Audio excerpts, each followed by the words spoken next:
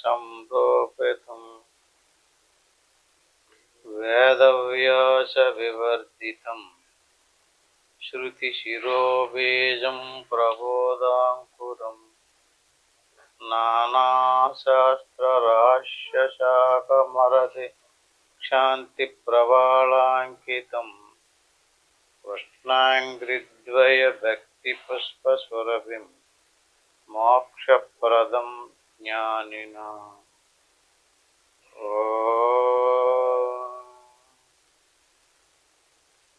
సచ్చిదానంద అనంతాత్మస్వరూపుడు పోయిన వారంలో భగవద్గీత 9వ అధ్యాయంలో 16వ శ్లోకం వరకు చెప్తున్నాం. ప్రతి వారం మాదిరిగానే ఈరోజు కూడా అందరం కలిపి సామూహికంగా పారాయణం చేసుకుని తదనంతరం జరిగినటువంటి శ్లోకాలను కొద్దిగా గుర్తు చేసుకుని తత్వ శ్లోకాల మీద వివరణ చేసుకుందాం. ఇప్పుడంతా కలిపి సామూహికంగా పారాయణం చేద్దాం. ఓం తత్సత్.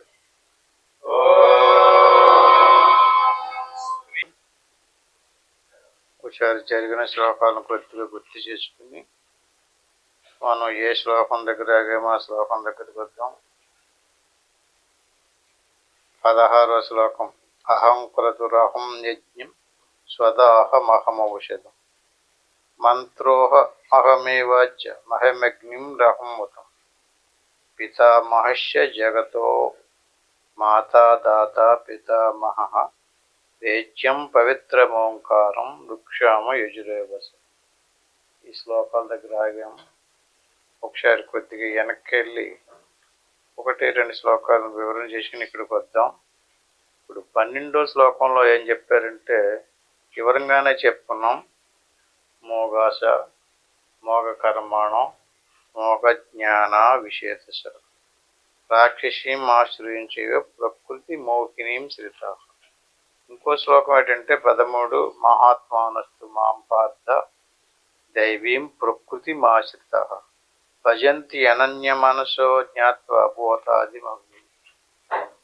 అంటే బ్రహ్మము లేక పరమాత్మ ప్రత్యేగాత్మ ఇవన్నీ చైతన్య స్వరూపం.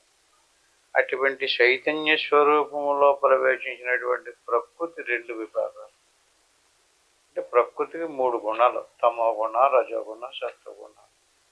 ఆ సత్వగుణంతో కూడుకున్నటువంటి ప్రకృతి ఏదైతే ఉందో దానిని మళ్ళీ 2 రకాలుగా చెప్పారు. ఒకటి ఆసురీ ప్రకృతి, దైవీ ప్రకృతి అని చెప్పేసి. ఇప్పుడు మన శరీరం ఉంది. శరీరం తామస గుణంతో నిర్మితమైంది. ఇది 25 తత్వాలతో. దీనికి రజోగుణంతో కర్మేంద్రియాలు, ప్రాణాలు. దానికి లోపల సత్వగుణంతో జ్ఞానేంద్రియాలు, అంతరేంద్రియాలు.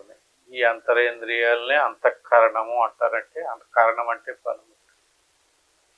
ఈ రకంగా ఏ బ్రహ్మ చైతన్యం అయితే ఉందో ఆ బ్రహ్మ చైతన్యంలో ఉన్నటువంటి ప్రకృతి శుద్ధంగా ఉంటే దాన్ని శుద్ధ సాత్విక ప్రకృతి అంటారు. మలినమైతే మలిన సాత్విక ప్రకృతి.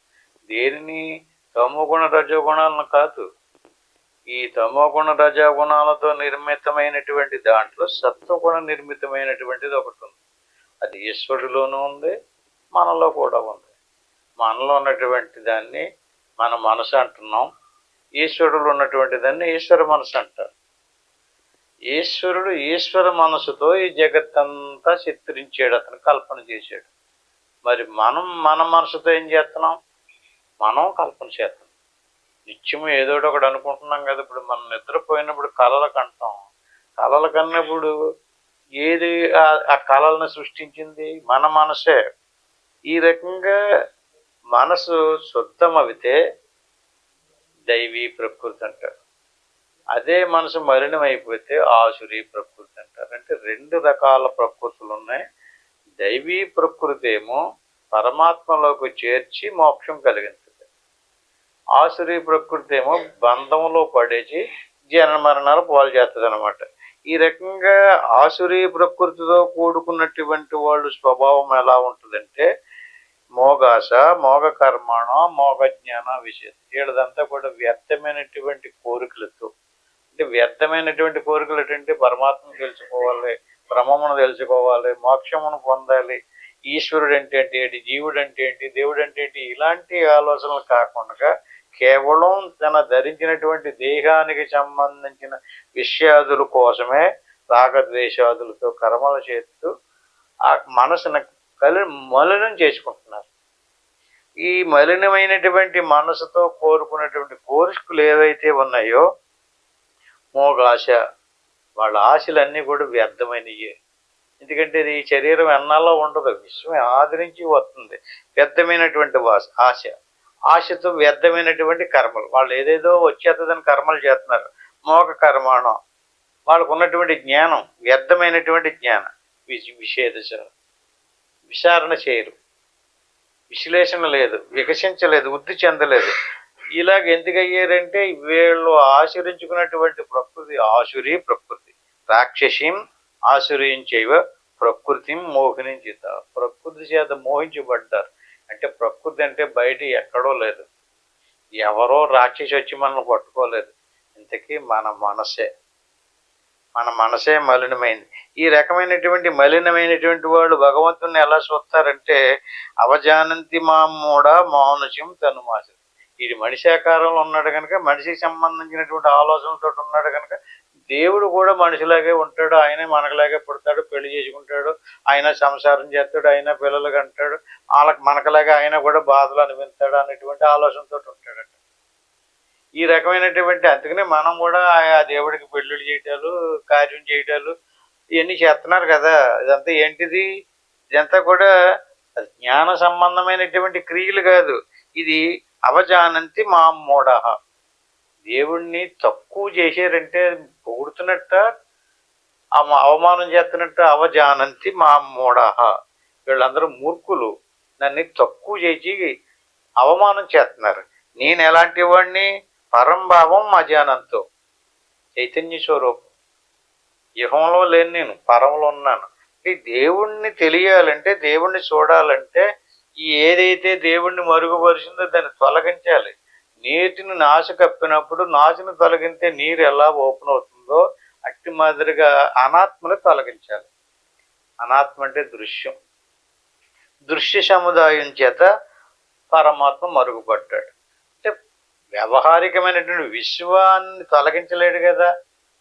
ఏ విషయమైతే పరమాత్మకి మరుగుపరిచిందో సేమ్ అదే పరమాత్మాంశం మనలో కూడా ఉంది. దానికి ప్రత్యేగాత్మ అని పేరు. అంటే మనలో ఉన్నటువంటి ప్రత్యేగాత్మ మనం చూడాలి అంటే మన మనసులో ఉన్నటువంటి మాలిన్యాన్ని తీయాలి. మనసులో ఉన్నటువంటి మాలిన్యాలు అంటే రాగద్వేషాదులతో కూడినటువంటి దృశ్య సముదాయాన్ని తొలగించాలి. అలా తొలగించినట్లయితే మనసు ఏమవుతుంది? శుద్ధం అవుతుంది.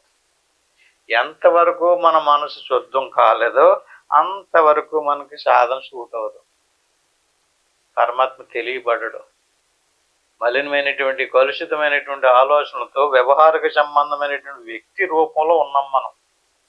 నేను స్త్రీని, నేను పుట్టాను, నాకు ఇది ఉంది, నాకు ఇది లేదు, నాకు బాగుంది, నాకు బాగోలేదు అనేటువంటి ఆలోచనలతోటే ఉన్నాం మనం. ఈ ఆలోచనలన్నీ లోపల ఉన్నటువంటి ఆత్మకు సంబంధించిన ఆలోచనలు కాదు, మనసుకు సంబంధించినటువంటి ఆలోచన. అలాగని శరీరానికి ఆలోచన ఉండదు. శరీరం ఎలాంటిది? ఒక గూడంతే, లోపల ఆత్మకే లేదు. ప్రాణానికి ఉందా? పోనీ ప్రాణానికే ఆ ఆలోచన లేదు, శరీరానికి లేదు, ఆత్మకే లేదు, ప్రాణానికే లేదు. ఈ ఆలోచనలు ఎవరికి ఉన్నాయి? మనసులోనే ఉన్నాయి. అంచేది ఇప్పుడు మనం శుద్ధపరచవలసింది మనసుని. ఎలా శుద్ధపరచాలి? దేవుడు ఉన్నాడనే నింపాదిగా ప్రయత్నం చేశాం. దేవుడి మీద భక్తి భావన కలిగి దేవుడిని నిరంతరము ఏం చేయాలి? సతతం కీర్తయంతో మాం యతంతస్య దృఢవ్రత. అంటే మన మనసు మలినమైనటువంటి దాన్ని శుద్ధమైన దానిగా మార్చాలి అంటే సతతం అంటే ఎల్లప్పుడూ ఏ భావంతో ఉండాలి? నిరంతరము మన మనసు చిన్న అవకాశం దొరికితే వెంటనే ఏ రకమైనటువంటి ఆలోచనలోకి వెళ్తుంది? దేహ సంబంధమైనటువంటి ఆలోచనలోకి వెళ్తుంది. ఈయనేమంటున్నాడు? సతతం కీర్తయంతమం, పరమాత్మను కీర్తించాలి, పరమాత్మను గూర్చి తెలుసుకోవడానికి ప్రయత్నం చేయాలి. ఎవరు దేవుడు అంటే? అసలు నేనెవరు, దేవుడికి నాకు సంబంధం ఏంటి, నేను శరీరం కాదు, శరీరమైన ఆత్మ కాదు, కొన్ని ఇంద్రియాలా, లేదా ప్రాణాలా, లేదా మనసా, విచారణ చేయాలి. అట్టి మాదిరిగానే దేవుడేటి, ఈ భూమా, ఈ ఆకాశమా, ఈ జలమా, అగ్న, ఏది ఏది ఏది ఇది కాదు ఇది కాదు ఇది కాదు అంటూ దేవుడి విషయంలో కూడా అటు సమిష్టి ఇటు వెష్టి. అలాగే ఎదరికి వెళ్ళిన తర్వాత కూడా ఒకసారి చెప్తాడు, భూమి రణలో వాయో, ఆకాశము భూమి జలము ఇవి ఉన్నాయి కదా, భూమి రాపో అనలో వాయు అంటే భూమి, జలము, అగ్ని, వాయువు, ఆకాశము, మనసు, బుద్ధి, అహంకారము ఇవన్నీ తొలగితే నేను కనపడతాను అన్నాడు. కమ్మనో బుద్ధి రేవస అహంకారం ఇది ఎమ్మె భిన్నా ప్రకృతి రష్టద. ప్రకృతి 8 రకాల విభాగాలు, ఒక్కొక్కటి తొలగితేనే నా స్వరూపం కనపడుద్దని చెప్పాడు. అక్కడెక్కడో ఎదరికి వెళ్దాం ఆ తర్వాత. అట్టి మాదిరిగా ఇక్కడ మన విషయంలో కూడా మనసులో ఏ రకమైనటువంటి ఆకారాలు వచ్చినా అవన్నీ మనసు కల్పించినటువంటి ఆకారం. సతతం కీర్తయంతమం యతంతస్య దృఢవ్రత. నేను సోమవారం అండి లేదా శుక్రవారం అండి, నేను అది తినండి తాగనండి, నేను ఇది చేయనండి అంటుంటారు కదా, దాన్ని ఏమంటారు, అదొక వ్రతం. అట్టి మాదిరిగా ఎలాంటి వ్రతం పూనుండాలి మనిషి, దేవుడు తెలుసుకోవాలి, దేవుడిని తెలుసుకోవాలి, దేవుడు ఎక్కడున్నాడు ఎలాగున్నాడు అనేటువంటిది సతతం నిరంతరము దైవ సంబంధమైన ఆలోచనలతో ఉండాలి. దైవ సంబంధమైనటువంటి మాటలే మాట్లాడాలి. మనం అవకాశం దొరికేటప్పుడు దేహ సంబంధమైన మాటలు వస్తాయి, దేహ సంబంధమైన ఆలోచనలే చేస్తూ ఉంటాం. మా కుర్రోడు అలా చేశాడు, మా ఆవిడ ఎలా చేసింది, మా ఆయన అలా చేశాడు, మా తల్లి అలా చేసింది, మా తండ్రి ఇలా చేశాడు, మా ఊరు ఎలాగా, ఏం మాటలు మాట్లాడుతున్నాం మనం నిరంతరం. చిన్నప్పుడు కానీ ఏం తిరిగి వచ్చాడు, ఏం చూసి వచ్చాడు, ఆకంటే అక్కడికి మీ మాట గడ్డొచ్చానని చెప్పేసి అతను చూసి వచ్చిందంతా చెప్తుంటాడు. అంటే ఏంటి, ఏది వదలాలి, అది వదిలేయాలి, దాన్ని త్యాగం చెయ్యాలి. సతతం కీర్తయంతము, వీటిని కీర్తించకూడదు. వీటిని కీర్తింతే ఏమవుతుంది, బంధంలో పడుతుంది. అది ఆసురు ప్రకృతి. అది దీన్నే నిర్ధారణ తలపుకు తెచ్చుకుని దీన్నే కీర్తిస్తూ ఉంటే అతను మోక్షం వస్తుందా, అతను దేవుడి దగ్గరికి వెళ్తాడా, దేవుడు తెలుస్తాడా, అతను ఎలాంటి కర్మలు చేశాడు అన్నది కాదు. అక్కడ నిరంతరము ఏ భావంతో ఉండాలి, నమశంతస్య మాం భక్త్య అంటే దీనికి సంబంధించినటువంటిది వృద్ధిపరుచుకోవడానికి చూడకూడదు, దైవత్వాన్ని వృద్ధిపరుచుకోవడానికే చూడాలి, జీవత్వాన్ని వృద్ధిపరుచుకోకూడదు.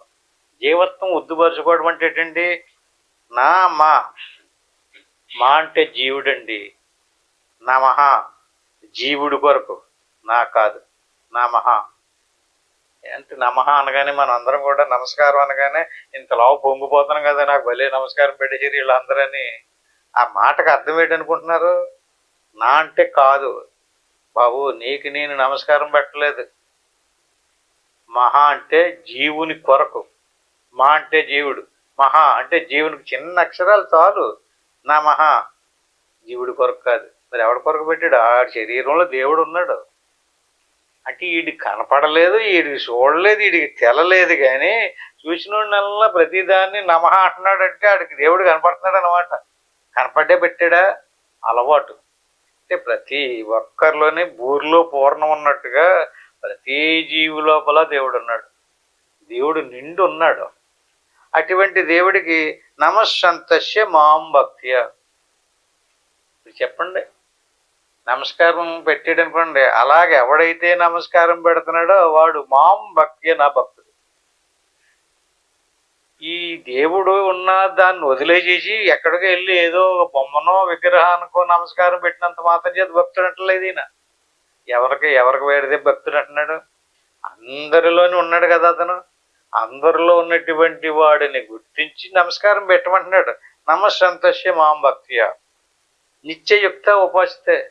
ఈ రకంగా నిరంతరము పొద్దుకు లేచిన కానించి నిద్రలోకి వెళ్ళేదాకా సాయంత్రం దాకా కూడా నిరంతరము అందరిలోని దేవుడు ఉన్నాడు అనేటువంటి భావనను వృద్ధిపరచుకోవాలి. మనం మనిషిని చూడకూడదు, మనిషిలోని దేవుడిని చూడాలి. దేవుడితో కూడినటువంటి ఆ శరీరం లోపల దేవుడు ఉండి ఎలా నడిచి వస్తున్నాడో, ఎలా నడిపిస్తున్నాడో అనేటువంటి విచారణ చెయ్యాలి మనకి. అలా నిరంతరము సతతం కీర్తయంతము అలాగ ప్రతి జీవిలోను ప్రతి పశువులోను మనిషిలోను అలా చూస్తుంటే మీకు ఏమనిపిస్తుంది? మనసు శుద్ధం అవుతుంది. అంతేగాని ప్రాపంచిక సంబంధమైనటువంటి విషయాదులతో ఆలోచన చేసినటువంటి వాడి మనసు ఎప్పుడు శుద్ధమవుతుంది.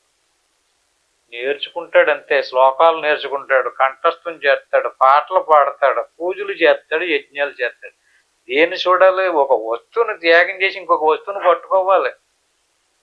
నాచును తొలగించి నీటిని గుర్తించినట్టుగా ఉపాధిని వదలాలి. ఉపాధి లోపల ఉన్నటువంటి వాడిని వదిలేసి లోపల ఉన్నటువంటి వాడిని ఎలా చూడాలి? ఇలా కళ్ళతోడు చూస్తే కనిపించడు ఆయన. మరి ఎలా కనపడతాడు అతను? కళ్ళతోడు కనపడితే ఆకారమే కదా కనపడుతుంది. మరి ఎలా చూడాలి ఆయన్ని? కంటితోడు చూడలేవు ఆయన. నువ్వు జ్ఞాన యజ్ఞేన సాప్యంజే, జ్ఞానంతో చూడు, అది యజ్ఞం. అంటే ప్రతి ఒక్కరిలోని కూడా ఆ రకమైనటువంటి జ్ఞానంతో చూస్తే యజంతే మాం ఉపాసతే, అప్పుడు నన్ను ఉపాసన చేసినట్టు, నన్ను పూజించినట్టు లెక్క. ప్రతి ఒక్కళ్ళలోని ఉన్నటువంటి దేవుణ్ణి గుర్తించి ఏకత్వేన పృథక్వేన, ఈ పాయింట్ చాలా గుర్తు పెట్టుకోవాలి. ఏకత్వేన పృథక్వేన, ఇలా బయటకు చూస్తే కంటికి కనిపించేటటువంటి వస్తువులు ఉన్నాయి కదా, పృథక్ వేరు వేరు ఆకారాలతో కనపడుతున్నాయి. అందరిలోనేటువంటి ఆ దేవుణ్ణి చూశారనుకోండి, ఏకత్వమైన ఒకటే కనపడుతున్నాడు. ఏమన్నా అర్థమైంది ఈ పాయింట్? ఇలా బయటకు చూస్తే ఒకళ్ళు అందంగా, ఒకళ్ళు అందహీనంగా, ఒకళ్ళు బలంగా, ఒక బలహీనంగా రకరకాలుగా కనిపెడుతున్నారు కదా. దీన్ని ఏమంటారు? పృథక్ వివిధ రకాల ఆకారాలతో. మనుషులు పశువులు, నువ్వు పశువు అన్నాడు అనుకోండి, ఎంత కోపం పడిపోతాం మనం. ఎందుకని? పశువు ఆకారమా మనిషి? మనిషి ఆకారం వేరు, పశువు ఆకారం వేరు. కానీ మనిషిలోను పశువులు ఉన్నటువంటి వాడు ఎవడు? ఏకత్వేనా. లోపల ఉన్నటువంటి వాడు ఒకడే ఉన్నాడు, బయటికి కనిపించేది మాత్రం పృథక్ వేరు వేరు భావాలతో, వేరు వేరు రూపాలతో ఉన్నటువంటి దాన్ని వదిలేసి ఆ లోపల ఉన్నటువంటి దాన్ని జ్ఞాన యజ్ఞేన సాప్యన్యే యజంతే మా ఉపవాసది. ఆ లోపల ఉన్నటువంటి ఏకత్వేన పృథక్వేన బహుదా విశ్వతో ముఖం. విశ్వమంతా, సూర్యుడిలో ఉన్నటువంటి దేవుణ్ణి చూడు, చంద్రుడిలో ఉన్నటువంటి దేవుణ్ణి చూడు. నువ్వు ఏ దేవుణ్ణి అయితే పూజించు, ఏ దేవుణ్ణి అయితే దేవుడు అంటున్నావు, ఆ ఆకారాన్ని వదిలేసి ఆ ఆకారంలో ఉన్నటువంటి దేవుణ్ణి చూడాలి. అది దేవుడు. విశ్వతో ముఖం. ఎక్కడున్నాడు ఆయన? ఫలానా చోటులో ఫలానా విగ్రహంలో చెప్పడం లేదు ఇక్కడ, మొత్తం అందరిలోనే ఉన్నాడు.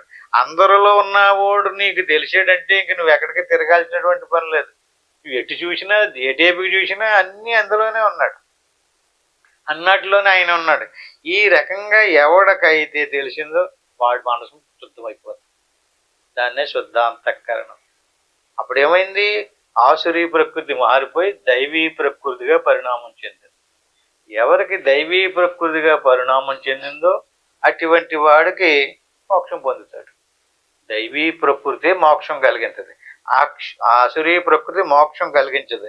ఈ రకంగా అహం క్రతురహం యజ్ఞం స్వదాహం ఔషధం. యజ్ఞాలు యాగాలు అన్నీ కూడా ఆ పరమాత్మ స్వరూపం. అహం క్రతు, అహం యజ్ఞం, స్వదాహం ఔషధం. యజ్ఞం చేస్తుంటారు అంటే లోపల ఉన్నటువంటి వాడు లేకపోతే ఈ ప్రపంచ వస్తువులకి క్రియలు లేవు, నడక లేదు. ఇవన్నిటికీ చలనం రావడానికి లోపల ఉన్నటువంటి చైతన్యమే కారణం. చైతన్యం లేనటువంటి వస్తువు జడం. అంచేత అహం క్రతు. అహం అంటే దానికి ఒకటే పేరు పెట్టారు, అహం. అహం అంటే నేను. అది ఉండడం బట్టే ఈడు నేను అనగలుగుతున్నాడు, అది లేకపోతే నేను అనలేడు. అహం క్రతువేది అదే, యజ్ఞమేది అదే, స్వదాహం ఔషధం. మంత్రం మీద అదే. మంత్రం జపించేవాడు ఎవరు? వాడే. అంటే ఇటు కేవలం తెలిసి చేసింది వేరు, తెలియకుండా చేసింది వేరు. అహమేవాజ్య మహమగ్నం రాహమవుతాం. అందులో ఆహుతి చేసేది అదే. ఆహుతి చేయడానికి ఎగిరి పెట్టినటువంటి నైవేద్యం అదే. అన్నీ కూడా ఆ పరమాత్మ చైతన్యం వల్ల. చైతన్యం లేనటువంటి వస్తువు జడం. ఈ రకంగా ఈ జగత్తుకంతటికి, జగత్తులోని వస్తువులన్నిటికీ కూడా మూల కారణమైనటువంటి వాడు పరమాత్మ. పితామహస్య జగతో మాత దాత పితామహ. ఈ జగత్తుకి అంతటికి అతను పిత, తండ్రి. తల్లి ఎవరు? ప్రకృతి. పితామహశ్య జగతో మాత దాత పితామహ అంటే మహా దాత. మాత మాత అంటే తల్లి, దాత పితామహ అంటే తాత. అంటే తండ్రి, తల్లి, తాత కూడా నేనే అంటున్నాడు. ఎందుకంటే నేను లేకుండగా, నాకు సంబంధం లేకుండగా అణువు కూడా కదలదు, పరమాణువు కూడా కదలదు, అన్నిటికీ నేనే మూలం. వేద్యం పవిత్రం ఓంకారం ఋక్షామ యజురేవస. నేను ఓంకారాన్ని, నేను ఋగ్వేదం, యజుర్వేదం, క్షామవేదం, వేదాలు నేనే. పవిత్రమైనటువంటి ఈ విశ్వంలో పవిత్రమైనటువంటి వస్తువు ఏదన్నా ఉందంటే అది నేనే. ఇప్పుడు చెప్పండి, దేవుడు ఎక్కడున్నాడు? ఏది పవిత్రమైనటువంటి శుద్ధమైందో అదంతా దేవుడే. దేవుడు ఉండడం వల్ల ఇప్పుడు మనిషి ఉన్నాడండి, ఆ దేవుడితోటి అటాచ్మెంట్ ప్రాణం కల్పించింది. పవిత్రంగా రెండు కూర్చుండని గౌరవిస్తున్నాం. ఆ కనెక్షన్ కట్ చేసేయండి. దేవుడికి ఈ శరీరానికి ఉన్నటువంటి కనెక్షన్ ఏది? ప్రాణం. ప్రాణం పోతే దాన్ని పవిత్రం అనరు, శవం అంటారు. అటువంటి శవాన్ని కూడా పవిత్రమైనటువంటి వస్తువుగా చేసినటువంటి వాడు దేవుడు. మరి డైరెక్ట్గా దేవుడినే తెలుసుకుంటే, ఇలా నిరంతరము కూడా ఈ రకంగా లోపలికి వెళ్ళి పరమాత్మను కనుక దర్శించినట్లయితే ఎలాగెళ్ళాలి, ఎలా దర్శించాలి? జగత్తంతా ఉన్నానంటున్నాడు. ఆ జగత్తులో ఉన్నటువంటి ఒక చిన్న శరీరం మనది, ఇందులో కూడా ఉన్నాడు ఆయన. మన ప్రపంచం అంతా తిరగక్కర్లేదు. ప్రపంచంలో వస్తువులన్నిటిని ఒక్కొక్కదాన్ని వేరు చేయక్కర్లేదు. ప్రశాంతంగా కూర్చుని మన శరీరంలోనే ఆయన ఉన్నానంటున్నాడు కదా. ఎలా ఉన్నాడో కనిపెట్టాలి. ఆయనకి నామం లేదు, రూపం లేదు. ఆయన లేకుండా ఇది ఏది కదలదు. దీన్ని అంతటినీ కదిలించేవాడు ఆయనే, నడిపించేవాడు ఆయనే, సృష్టించినోడు ఆయనే, పోషించినోడు ఆయనే, లయం చేసేవాడు కూడా అతనే. పితామహశ్చ జగతో మాతా దాత పితామహ వేద్యం పవిత్రమోంకారం రుక్షామ యజురేవస. ఈ రకంగా నిరంతరము మనం ఈ రకంగా తిరిగినట్లయితే ఇప్పుడు మన అంతఃకరణం శుద్ధమవుతుంది. అంతఃకరణం శుద్ధమైతే శుద్ధ సాత్విక ప్రకృతి అవుతుంది. దీన్నే దైవీ ప్రకృతి అన్నారు. దైవీ ప్రకృతే మోక్షాన్ని కలిగించదు. మోక్షం ఎవరికి? మన స్వరూపాన్ని మరుగుపరిచింది కదండి మనసు. మనసు రెండు రూపాలు ఇప్పుడే చెప్పుకున్నాం మనం. ఒకటి మలినము, శుద్ధము అని. మలినాంతఃకరణమే ఆసురీ ప్రకృతి, శుద్ధాంతఃకరణమే దైవీ ప్రకృతి. దైవీ ప్రకృతి, ఆసురీ ప్రకృతి. ఆసురీయం రాక్షసీయం చేయవ. ఈ ఆసురీ ప్రకృతి రాక్షసి పతానికి సంబంధించినటువంటి అసుర ప్రకృతి. రాక్షసి ఏం చేస్తుంటుందండి? రాక్షస గుణాలు అంటే ఏంటి? జ్ఞానాన్ని తెలుసుకునేవాడు అంతే. రాక్షసి అన్నారు కదా పురాణాల్లో చదువు. రాక్షసులు ఏం చేస్తారు? యజ్ఞం చేసుకునేవారు, యాగం చేయనివారు, పూజ చేయనివారు. ఏం చేస్తుంటారు వాళ్ళు? నేనే గొప్ప, నేనే దేవుణ్ణి, నాకంటే వేరేగా దేవుడు లేడని దేహభావాన్ని తీసుకొచ్చి నేను చాలా గొప్పవాడిని. ఇక్కడ ఇంతమంది ఉన్నారు కదా, వీళ్ళందరిలో నేను గొప్పవాడినే భావన మీకు వచ్చింది అనుకోండి, వాడే రాక్షసుడు. ఎందుకంటే మీరందరికంటే నేను ఎక్కువ బాగా సాధన చేస్తున్నాను, నేను సత్సంగం ఎక్కువ బాగా విన్నాను, లేదా నేను ఎక్కువ బాగా చదువుకున్నాను, లేదా నేను మంచోడిని, నేను దానం చేశాను, ధర్మం చేశాను అన్నారనుకోండి, అంటే నేననేటువంటి దాన్ని ఒకటి గొప్ప పెట్టి చూపిస్తున్నాడు కదా. అదే ఆసురీ ప్రకృతి యొక్క లక్షణం. ఆసురీ ప్రకృతి క్షీణించింది అనుకోండి, ఎక్కడికి వెళ్తాడు? నేను కాదండి, అందరిలోనే ఉన్నాడు దేవుడు, నాలోనే కాదు అనే భావన వచ్చేముంది? కరిగిపోతుంది అహం. ఈ రకంగా ఈ విశ్వానికి అంతటికి కూడా అతను ఎలాంటి వాడు? గతిర్భర్త ప్రభు సాక్షి. గతి, అలాగే భర్త. మనందరికీ నేను మగవాడిని, మా ఆవిడికి భర్తనే అనుకుంటున్నారు కదా. కాదు, నీకు కూడా భర్త ఉన్నాడు. గతి ఆయనే, భర్త కూడా ఆయనే. గతిర్భర్త ప్రభు ఆయనే, సాక్షి కూడా ఆయనే. ఎవరు? పరమాత్మ. పరమాత్మ మన అందరికీ కూడా ఈ భర్త కాదు. ఈ భర్త ఎన్నో 3 రోజులు ఉంటాడు, అట్టట్లా ఆడించేస్తున్నాడు పట్టుకుని, నేను భర్తను కదా, నువ్వు నాకు చెప్పి ఒట్టి వినాలంటుంటాడు. ఈయన ఎంతటోడు, ఈయనలాంటోళ్ళు ఎంతమంది అయ్యారు? లక్షల కోట్లు భర్తలు వచ్చారు పోయారు. నిజమైనటువంటి భర్త ఎవడండి? ఆ పరమాత్మే. గతి ఎవడు? ఆడిని పట్టుకుంటేనే అన్ని సమస్యలు పరిష్కారం అయిపోతాయి. గతి అంటే ఏంటండి? ఆడే దిక్కు దివాణం అని. ఆడిని వదిలేసేసి ఈయన్ని పట్టుకుంటే ఈయన ఎంత పూర్తిగా కడతీర్చలేడు, పూర్తిగా న్యాయం చేయలేడు, పూర్తిగా సుఖపెట్టలేడు. భర్త అంటే ఆయన గతి, ఆయనే గతి. భర్త ఆయనే, ఆయనే ప్రభు, ఆయన సాక్షి. సాక్షి అంటే ఏంటండి? ఎప్పుడు ఒకప్పుడుండి ఒకప్పుడు లేనటువంటి వాడు కాదు. అన్ని సమయాలలోనూ నువ్వు మెలకువలో ఎలా ఉన్నామో, స్వప్నంలో ఎలా ఉన్నామో, సుషుప్తిలో ఎలా ఉన్నామో, అన్ని అవస్థలలోని ఉండి సాక్షి, సాక్షిగా కనిపెట్టేటటువంటి వాడు సాక్షి. గతి ఆయనే, భర్త ఆయనే, ప్రభువు కూడా ఆయనే, సాక్షి కూడా ఆయనే. ఇంకొక మాట కూడా నివాసం అంటే ఏంటండి? నివాసం అంటే ఏంటి? అందులోనే ఉన్నాం మనం. ఎందులోని? ఆ పరమాత్మలోనే ఉన్నాం. కానీ మనం ఆ పరమాత్మలో ఉన్నామన్న జ్ఞానం మనకు లేదు. నివాస శరణం సుహృత్.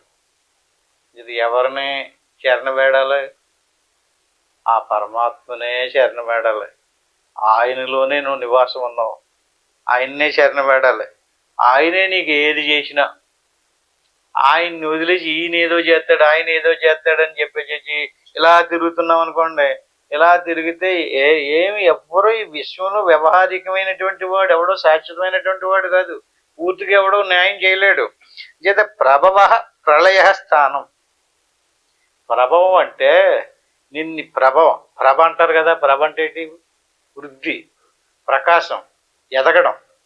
ప్రభవ అంటే నీ ఎదగడానికి మూల కారణం వాడే. ప్రళయం, నిన్ను నాశనం చేసేవాడు కూడా ఆయన. అదేంటండి? మనల్ని ఎందుకు నాశనం చేస్తాడండి అంటే, మన బుద్ధిని బట్టి, మన జ్ఞానాన్ని బట్టి, మనం ఎంచుకున్నటువంటి దారిని బట్టి. ప్రభవ పుట్టించి వృద్ధి చేసినటువంటి వాడు ఆయనే. ప్రళయ నాశనం చేసినటువంటి వాడు కూడా ఆయనే. నీకు ఒక పేరు కల్పించినటువంటి స్థానం, నిదానం. నీకు ఒక స్థానం, నీకు ఒక పేరు వచ్చిందనుకోండి, నేనేదో వాళ్ళకి వీళ్ళకి దానాలు ధర్మాలు చేస్తున్నాను, అందుచేత నాకు మంచి పేరు వచ్చింది అనుకుంటున్నాడు ఎర్రిబాగులోడు. ఆ పేరు రప్పించినోడు ఆయనే. నీకు ఒక ఉనికి కనిపించినోడు ఆయనే. కానీ నేను నా గొప్పదనం వల్ల, నా చాకచక్యం వల్ల, నా తెలివితేటల వల్ల నేను డబ్బు సంపాదించాను, మంచి పేరు సంపాదించాను అనుకుంటాడు. నీ వల్ల ఏమీ అవ్వదని చెప్తున్నాడు. నువ్వు పేరు సంపాదించలేవు, డబ్బు సంపాదించలేవు. చాలా మంది అనుకుంటారు, ఎప్పటి నుంచో మీ మతంలో పట్టుకుని ఉన్నాం, ఈ దేవుడిని పట్టుకుని ఉన్నాం, మాకేమీ న్యాయం చేయలేదు ఈ దేవుడు అంటుంటారు. పెద్ద పెద్ద వత్తదిలే అంటుంటారు. దేవుడు ఎవ్వరికి అన్యాయం చేయడండి. అన్యాయం చేసేటంటే ఎందుకు చేస్తాడు అతను? ఏం చెప్తున్నాడు? ప్రభవ ప్రళయ స్థానం నిదానం బీజం అవ్యయం. బీజం అంటే ఏంటండి? బీజం అంటే ఏంటి? ఇత్తనం కదా. అంటే నువ్వు పుట్టడానికి, వృద్ధి చెందడానికి. ఇప్పుడు భూమి ఉంది, భూమి మీద అనేక రకాలైనటువంటి మొక్కలు పుడుతున్నాయి. భూమి ఆశ్రయం కదా. భూమిని ఆశ్రయించుకున్నటువంటి విత్తనాలన్నీ కూడా మొలుస్తున్నాయి, పెరుగుతున్నాయి, వృద్ధి చెందుతున్నాయి, క్షీణిస్తున్నాయి, నశిస్తున్నాయి. అంటే భూమి నుంచి పుట్టినటువంటి మొక్కలన్నీ కూడా ఏం గుణం ఉంది? వాటికి పరిణామం ఉంది. పరిణామం అంటే పుట్టడం ఉంది, పరిణామం ఉంది, పెరగడం ఉంది, రకరకాల పళ్ళు కాయలు మొదలైనటువంటి కాయటం ఉంది, నశించడం కూడా ఉంది. వాటికి షడ్భావ వికారాలు అంటారు. అంటే అస్థి మొక్క ఉందా? జాయితే ఎప్పటి నుంచి ఉంది? పుట్టిన కాడి నుంచి ఉంది. వర్ధతే పెరుగుతుంది, పెరిగి ఫలాలు ఎత్తుంది. ఆ తర్వాత వినశ్యతి అపక్షీయితే అక్కడ జాయిగా కాపు తగ్గిపోద్ది, కాంతి తగ్గిపోద్ది, బలహీనం అయిపోద్ది, వినశ్యతి నశించిపోద్ది. పుట్టింది, వృద్ధి చెందింది. మరి పుట్టినవన్నీ అలా సనాతన కాలం నుంచి ఉంటున్నాయి. చెట్లు చచ్చిపోతున్నాయి కదా. చచ్చిపోయిన చెట్లు చూస్తలేదా మీరు? ఏముంది? మరి భూమో అలాగే ఎన్నిసార్లు ఎన్ని చెట్లు పుట్టినాయి, ఎన్ని పరిణామం చెంది నశించిపోయినాయి. భూమికి ఏమీ లేదు. వృద్ధి క్షయాలు లేవు, క్షీణించడము నశించడాలు లేవు. అప్పటి నుంచి ఇప్పుడు దాకా, పుట్టిన కాడి నుంచి ఇప్పటిదాకా అలాగే ఉంది భూమి. భూమిలో ఎన్ని రకాల మొక్కలు వచ్చినాయి, వెళ్ళినవి, వచ్చినాయి, పరిణామం ఉంది. అట్టి మధ్యగా పరమాత్మకి ఏమీ లేదు. పరమాత్మ పరిణామం చెందడం, పరమాత్మలో వచ్చినటువంటి వస్తువులకి పరిణామం ఉంది. ఇది నిత్యము పరిణామం చెందుతుంది. అంటే పుడుతుంది, జీవరాశి అంతా పుట్టి పరిణామం చెంది ఏమవుతుంది, నశిస్తుంది. దేనిని పట్టుకున్నాం మనం? పుట్టి పరిణామం చెంది నశించిపోయేదాన్ని దేవుడని పట్టుకున్నాం. ఈయనేమని చెప్తున్నాడు? ఈయన అలా పుట్టి పరిణామం చెంది నశించిపోయే వస్తువును కాదు నేను. దానికి ఆధారం ఈ భూమి. అంటే భూమి ఉదాహరణ చెప్పేవాడిని, అంతేగాని భూమి దేవుడని కాదు. భూమి నుంచి వృక్షాదులు ఎలాగైతే పుట్టి పరిణామం చెంది వృద్ధి చెంది నశించుతున్నాయో, జీవరాశి అంతటికీ ఆయనే గతి, భర్త, ప్రభువు, సాక్షి, నివాసం. భూమి నివాసం. భూమి లేకపోతే మొక్కలు లేవు, అట్టి మీదుగా జీవరాశి లేదు. జీవరాశి ఆయన మీద ఆధారపడి ఆయన మీద ఎంటుకల్లాటోళ్ళం మనం. మొలిసి పరిణామం చెంది వృద్ధి చెంది పండి రాలిపోతాం. ఈ రకంగా బీజం అవ్యయం. బీజం అంటే ఇత్తనం కదా. సరే, భూమిని ఆశ్రయించుకున్నటువంటి భూమి మొక్క మొలిసింది. ఆ బీజం ఏ పెత్తేనో ఏమి చేయక్కర్లేదు. ఆ ఇత్తనం ఉంది కదండి, చెట్టు చచ్చిపోద్ది. ఇంక చెట్టుని ఏం చెయ్యొద్దు, చెట్టును వదిలేద్దాం. ఆ చెట్టు నుంచి తయారు చేసింది కదా బీజం. ఆ బీజం ఏమవుతుంది? రేపు మళ్ళీ భూమి మీద పడి మళ్ళీ మొక్క మొలుతుంది. అంటే ఇప్పుడు ఆ జాతి అంతరింతలు లేదు. ఏ జాతి? ఆ బీజం అనేటువంటిది, ఇత్తనం ఏదైతే ఉందో అది మళ్ళీ భూమిని ఆశ్రయించి మళ్ళీ మొలుచుకొస్తుంది. మళ్ళీ పుట్టి పెరిగి నశిస్తుంది. మళ్ళీ ఇత్తనం తయారు చేస్తుంది, మళ్ళీ వస్తుంది, మళ్ళీ వెళ్తుంది. ఇప్పుడు ఆ ఇత్తనాన్ని పట్టుకుని కాల్చెత్తేనో ఏ పెత్తేనో. ఇప్పుడు పెసర గింజ వేపేసారనుకోండి, మినప గింజో పెసర గింజో కంది గింజో వేపేసారనుకోండి, అది మొలుతుందా? అలాగని చెప్పేసి పొడిని చేసేసి బూడిద చేసి ఎక్కలేదు. ఏం చేయాలి? బీజాన్ని నశింపజేయాలి. ఎప్పుడైతే నేను ఒక మనిషిని అనేటువంటి భావన ఉంది కదా, అదే ఇత్తనం. నేను మనిషిని కాదు, నేను ఆత్మని. ఆత్మకి పరమాత్మకి భేదం లేదు. ఆత్మ సాక్షాత్తు దేవుడే. నేను దేవుణ్ణి. ఏమైంది బీజం? ఏమైంది? ఏమి అర్థమవుతుందా మీకు? నేను శరీరం అనుకుంటే ఖచ్చితంగా చనిపోయిన తర్వాత ఇదే ఇత్తనం, ఇదే బీజం. దేవుడే బీజం. మోక్షం ఇచ్చేవాడు ఆయన, జన్మని కలిగించేవాడు కూడా ఆయన. రెండు అతనే. అందుకనే గతిర్భర్త ప్రభు సాక్షి నివాస శరణం సుహృద్. నీకు జన్మను కలిగించేవాడు ఆయన, మోక్షం కలిగించేవాడు ఆయన అన్నారు కదండి. మోక్షం ఎలా కలిగిస్తాడు, జన్మ ఎలా కలిగిస్తాడు? నీ భావంలోనే ఉంది. నేను శరీరమును అనేటువంటి భావన నీకు ఎంతవరకు నశించలేదో అంతవరకు నీకు జన్మ రావడం పోవడం తప్పదు. విత్తనంలో బీజం ఎంతవరకు నశించలేదో అంతవరకు సమయం వచ్చినట్టు భూమి మీద పడగానే అది మొక్క వచ్చింది. అంటే ప్రళయం, మళ్ళీ ప్రభావం, పుట్టుకురావడం, రెండు అదే. అందులో ఉన్నటువంటి బీజం నశించిపోయి నేను దేహమును కాదు, ప్రాణమును కాదు, మనసును కాదు, ఇంద్రియాలు కాదు, నేను ఆత్మనే, నేను పరమాత్మనే, నేను సచ్చిదానంద స్వరూపమైనటువంటి బ్రహ్మమును అహం బ్రహ్మస్మి అన్నాడు అనుకోండి. ఈ రకంగా రోజు సాధన చేసుకుంటూ, సాధనలో శ్వాస, మనసు, ఈ శరీరమా దేవుడు కాదు, ఇది శరీరం, ఇది ప్రాణమా కాదు, జ్ఞానేంద్రియాలా కాదు, కర్మేంద్రియాలా కాదు, మనస బుద్ధ ఇది కాదు, ఇది కాదు, ఇది కాదు, ఇది కాదంటూ నిషేధించి తొలగించుకుంటూ పోతే ఇంక మిగిలింది ఆత్మ. అదే నేను.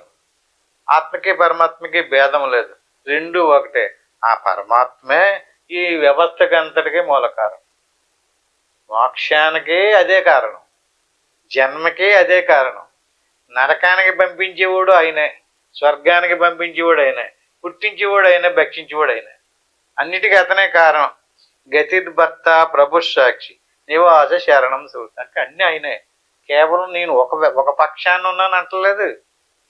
జన్మ కలిగించేవాడిని నేనే అంటున్నాడు. నీకు స్వర్గం కలిగించేవాడిని నేనే, నరకం కలిగించేవాడిని నేనే. ఎందుకు కలిగించాడండి అలాగా?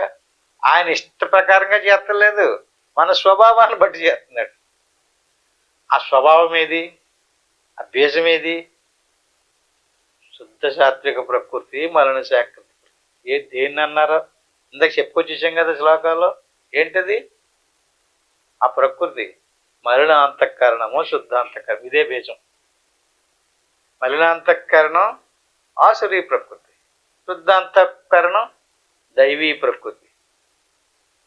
దైవీ హేష గుణమయి మమ మాయా దొరచ్చయ. ఇది మాయ. ఈ దైవీ ప్రకృతిని ఆశ్రయించుకుంటే దేవుళ్ళకి తీసుకెళ్తుంది, ఆసురీ ప్రకృతిని ఆశ్రయిస్తే మళ్ళీ జన్మకి తీసుకొచ్చి పెడుతుంటుంది. అంటే దేన్ని మార్చాలి? మన మనసును మార్చాలి. ఎలా మార్చాలి? దేహ భావాన్ని నుంచి దేహం నుంచి దేవుడు అనే భావంలో తీసుకెళ్ళిపోవాలి. ఈ రకంగా ఎవరైతే వెళ్ళారో అటువంటి వాడికి మాకు తపామ్యహమహం వర్షం నిగృహణాన్ ముర్చుజామిష అమృతం చైవ మృత్యుష సదసత్యాహమర్చున. అంటే విష్టి సమిష్టి, బాహ్యము అంతర్ముఖము. బహిర్ముఖంగా ఈ విశ్వాన్ని మరి సృజించున్నాను అంటున్నాడు కదా. ఎలా సృజించున్నాడు?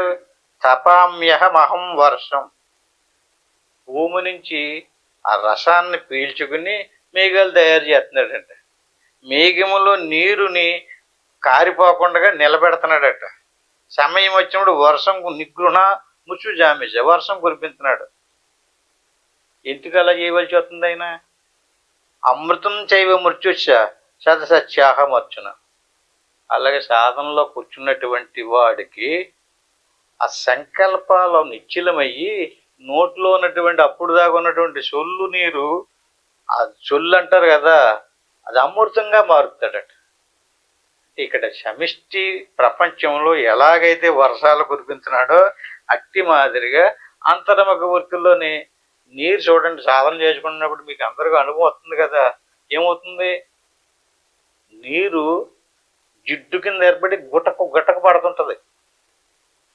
అలా గుటక రాకుండా ఉంటే బాగుండు అనిపిస్తుంటుంది. నీరు ఊరుతుంది అనమాట. నీరు అమృతం చైవ మృత్యుష్య, మృత్యుని హరించడానికి సంబంధించినటువంటి అమృత రసాన్ని ఊరింపజేస్తాడట. ఎక్కడున్నాడైనా? సాధనలో కూర్చున్నప్పుడు మన నోట్లో ఊరే నూరు మామూలు అప్పుడు ఉంది కదా. మామూలుగా ఊరినప్పుడు ఉన్నటువంటి నీరు ఎలాంటిది? అది సొల్లది.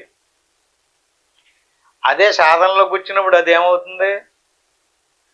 అది మృత్యువుని హరింతుందట. ఎలా హరింతుందండి? నోట్లో నీరు ఊరే కొద్ది సంకల్పాలు ఉన్నంతసేపు నీరు, సంకల్పాలు అణిగేటప్పుడు అమృతం. ఏది? మన నోట్లో ఉన్నటువంటి నీరే. అమృతం చైవ మృత్యుష్య సదసత్యాహమర్చున. అంచేత లోపలికి తిరిగి ఆత్మజ్ఞానంలోని ఎవడైతే ఉంటాడో అటువంటి వాడికి అమృతం చైవ మృత్యుష్య. మనకి శ్వాస ఆడుతుంది కదా. శ్వాస చనిపోయినప్పుడు శ్వాస బయటికి పోయింది అనుకోండి, సావు అంటున్నాం కదా. ఇప్పుడు శ్వాస లోపల అణిగిపోతేను బయటికి వెళ్ళటానికి ఏది? శ్వాస లోపల అణిగిపోయింది. శ్వాస లోపల అణిగిపోతే ఏం పోయినట్టు? మృత్యు పోయినట్టు. మృత్యోర్ముచ్చేయ మా అమృతాత్ అని మంత్రం కూడా చదువుతున్నారు కదా. మృత్యువుని ఎక్కడ జయించినట్టండి? ఎవరు నోటిలో నీరు ఇంకిపోయి అమృతంగా మారిందో, ఎవరు లోపల శ్వాస అణిగిపోయిందో, ఎవరు మనసు మలినజాత్విక ప్రకృతి శుద్ధశాత్విక ప్రకృతిగా మారిపోయిందో అటువంటి వాడికి మృత్యు పోయింది. మృత్యువు రాదు ఇంకా అతనికి. మృత్యుంజయుడు అయిపోయాడు. సదసత్యాహమర్జున. అది నిజమైనటువంటి స్థానం, నిజమైనటువంటి చోటు. తపామ్యహమహం వర్షం. వర్షం అంటే బయట వర్షం కురిసి బాహ్యంగా జీవరాశిని ఎలా ఉద్ధరిస్తున్నాడో అట్టి మాదిరిగా మోక్షం పొందడానికి ప్రతి జీవులలోనూ హృదయంలోనటువంటి అమృత రసాన్ని ఊరించి మృత్యువుని జయింపజేస్తున్నాడు. మృత్యువుని జయించినటువంటి వాడికి మోక్షం వస్తుంది. ఈ రకంగా త్రైవిద్యామాం సోమపాహ పూత పాప యజ్ఞర్విష్ట స్వర్గతం పార్థయంతే. ఇప్పుడు బాహ్యంగా ఉన్నటువంటి యజ్ఞయాగాదులు ఉన్నాయనుకోండి, యజ్ఞయాగాదులలో ఉన్నటువంటిది ఏదైతే ఉందో త్రైవిద్యామాం సోమపాప, పాపాలు ఉన్నాయి. అంటే అంతర్ముఖ వృత్తితో మృత్యువును జయించి మోక్షం పొందడానికి చేసేటటువంటి ప్రక్రియ ఒక ప్రక్రియ. అలాగ మోక్షాన్ని పొందడానికి కాకుండా యజ్ఞాలు యాగాలు మొదలైనటువంటి వాటిని చేసుకుని త్రైవిద్యామాం సోమపాప అంటే సోమపాను ప్రియులు. యజ్ఞాలు చేసేటప్పుడు యజ్ఞంలో త్రైవిద్యామాం ఎందుకు యజ్ఞాలు చేస్తుంటారండి? పూజలు నోములు వ్రతాలు ఇవన్నీ ఎందుకు చేస్తుంటారు? ఏదో పుణ్యం వస్తుందని ఎందుకు చేస్తారు?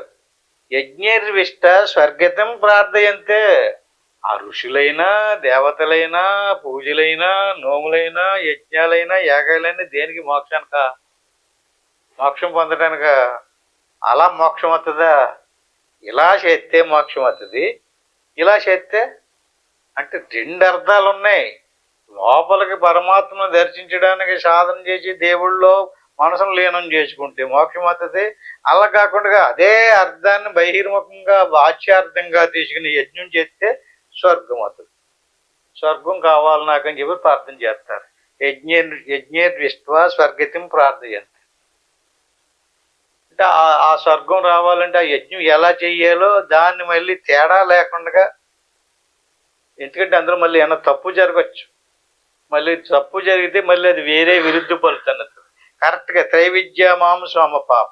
ఏంటి త్రైవిద్య అంటే రెండు రకాలైనటువంటి ఋగ్వేదము యజుర్వేదము సామవేదము, ఈ మూడు వేదాలనే ఇక్కడ చెప్పారు. త్రైవిద్యామాం త్రివిద్య అంటే యజ్ఞాలలో మంత్రాలను ఆహుతి చేసి చదవడము పారాయణ చేయడం మొదటి. తే పుణ్యమాసాధ్య సురేంద్ర లోక.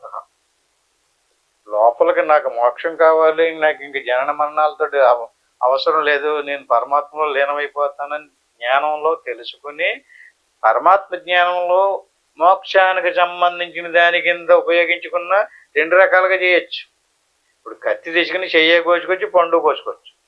అట్టి మీదకి ఈ విద్యలన్నీ కూడా నీకు అలా కలిసి వస్తుంది ఇలా కలిసి వస్తుంది, నువ్వు అది అవుతావు నువ్వు ఇది అవుతావు అంటున్నారు కదా. మరి అదే ఆ మంత్రాలే ఆ శ్లోకాలే ఆ దేవుణ్ణి ఎలా ఉపయోగించాలి? మోక్షం పొందడానికి ఉపయోగించాలి. ఆ శ్లోకాలు ఆ మంత్రాలే దేనికి? నాకు మంచి జన్మ రావాలి, నాకు స్వర్గం కావాలని ప్రార్థించడం. దేవుడికి దగ్గరికి వెళ్ళి ప్రార్థిస్తున్నారు కదా, నాకు పాడి పంట సిరి చెమట అష్టైశ్వర్యాలు, మంచి భార్య మంచి భర్త మంచి సంతానము మంచి ఉద్యోగం మంచి డబ్బు దిబ్బు ఏంటి బోళ్ళు కోరికలు, ఇవన్నీ ప్రార్థయంతే. ఈ రకంగా తే పుణ్యం ఆచార్య సురేంద్రులాగా ప్రార్థింతే రాదు. మరేం చేయాలి? దానికి సంబంధించినటువంటి ఈ క్రియలు ఆచరించాలి. ఆ క్రియలు ఆచరించడం వల్ల తే పుణ్యం ఆచార్య సురేంద్రులోక అశ్వినంతి దివ్యాన్ దివిదేవ భోగాన్. అప్పుడు ఆ పుణ్యఫలం రేపు వద్దున మళ్ళీ జన్మకు వస్తాడు.